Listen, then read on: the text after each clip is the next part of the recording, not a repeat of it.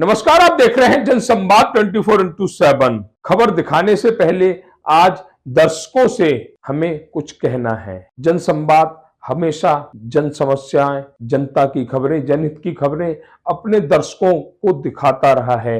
कभी किसी भी खबर की सच्चाई से मुंह नहीं मोड़ा है। खबरों को और जनसंवाद मीडिया एसोसिएशन को आगे ले जाने के लिए हमें आर्थिक सहयोग की जरूरत है, क्योंकि कोई भी संस्थान या कोई भी चैनल बिना आर्थिक सहयोग के अपने कदम आगे नहीं बढ़ा पाता। जिसके लिए आज हम दर्शकों के साथ अपना फोन पे नंबर शेयर करेंगे, जिसको जैसी श्रद्धा हो वैसा सहयोग करे। तो आइए चलते हैं खबरों की तरफ।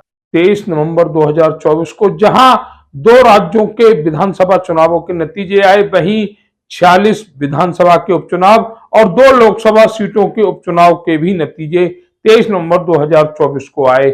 जहां हम बात करें महाराष्ट्र और झारखंड की, तो इन चुनावों को लेकर हमारे साथी मनसुख दास जी ने एक विश्लेषण किया था। किस राज्य में किस राजनीतिक दल की सरकार बनेगी। जहां उन्होंने झारखंड में जेएमएम यानी झारखंड मुक्ति मोर्चा की सरकार की भविष्यवाणी की, वहीं महाराष्ट्र में महायुति मोर्चा यानी शिवसेना शिंदे, एनसीपी अजीत पवार और भारतीय जनता पार्टी की सरकार बनने की बात उन्होंने कही और उनके दोनों ही विश्लेषण सही बैठे। जहां बहुमत से लगभग 15 सीटें ज्यादा झारखंड मुक्ति मोर्चा ने झारखंड में जीती, वहीं 230 सीटों के करीब महायुति मोर्चा ने महाराष्ट्र में जीती। अगर कहा जाए कि मनसुख जी का विश्लेषण बिल्कुल सटीक साबित हुआ। एडवोकेट किशन सन्मुख दास ने यह विश्लेषण 20 नवंबर 2024 को किया, जहां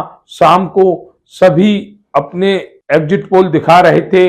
वहीं किशन सन्मुख दास जी ने बताया कि किस तरह से इन दोनों राज्यों में क्या हो सकता है, जिसके लिए उन्होंने काफी मेहनत की और उसी मेहनत के कारण उन्होंने जो नतीजे बताए थे वही नतीजे सामने आए। जहां जनसंवाद ने भी उत्तर प्रदेश में जो विधानसभा के उपचुनाव हुए 9 सीटों पर, उसमें कहा था कि लगभग 7 सीटें भारतीय जनता पार्टी जीतेगी और वह 7 सीटें बाकी में भारतीय जनता पार्टी ने जीती। तो कहीं ना कहीं जो विश्लेषण किया गया वह विश्लेषण बिल्कुल सटीक बैठा।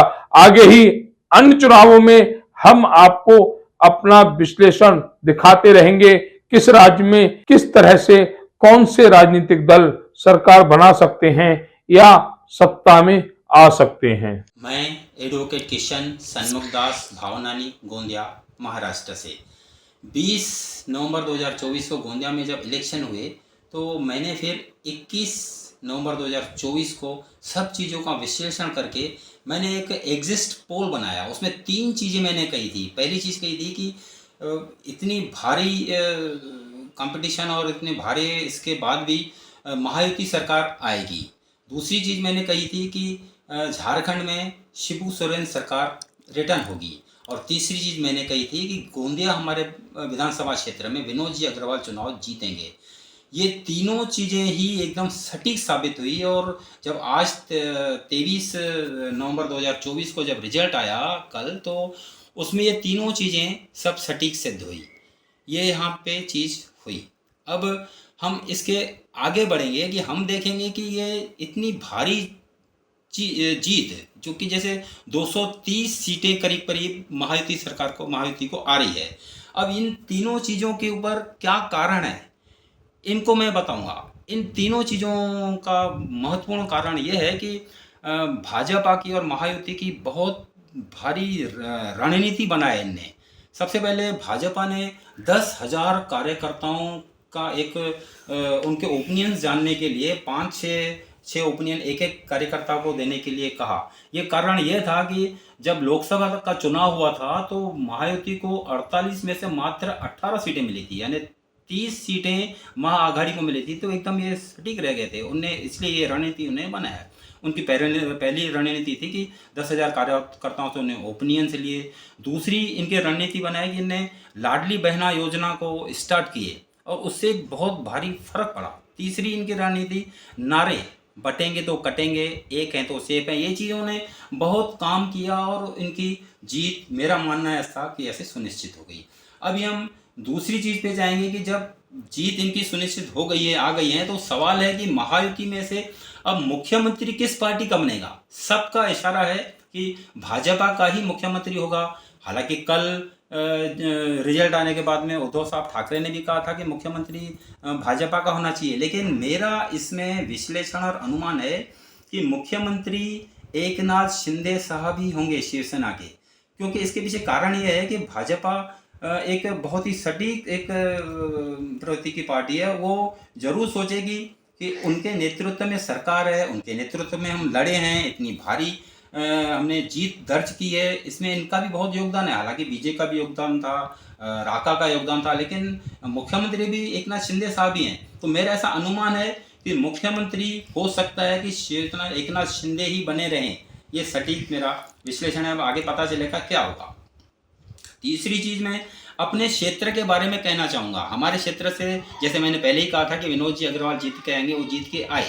अब इसके बारे में मैं बताना चाहूँगा कि गोंदिया विधानसभा क्षेत्र में 70 सालों के बाद में बीजेपी जीती है। यानी इसके पहले जो विनोद जी अग्रवाल जीत के आए थे तो बीजेपी से इन्हें बगावत किए थे और इंडिपेंडेंटली चुनाव लड़े थे और अपने चाबी चिन्ह पे चुनाव लड़े थे और जीत गए थे। उसके बाद इन्हें अभी 6 सालों का निलंबन का रद्द करके वापस ले लिया गया और उनको फूल चुनाव चिन्ह पे लड़ा था। मैंने पिछले इंटरव्यू में कहा था कि अगर वो चाबी पे भी लड़ते हैं तो जीत जाएंगे, लेकिन वो भाजपा के फूल पे लड़ना, चुनाव जीत गए हैं, ऐतिहासिक जीत रही है। तो मेरा अनुमान है ऐसा कि गोंदिया विधानसभा क्षेत्र के जीते हुए प्रत्याशी विनोद जी अग्रवाल को मंत्रिमंडल में शामिल किया जा सकता है। हालांकि इसका ध्यान किसी की तरफ नहीं जाएगा, लेकिन मैं बोलता हूं कि मंत्रिमंडल में शामिल किया जा सकता है। अब ये चीज़ें मेरा एक अनुमान है, अब हो सकता है कुछ क्या हो, लेकिन मेरा अनुमान है तीनों चीज़ें सटीक होना चाहिए। आपका बहुत बहुत शुक्रिया।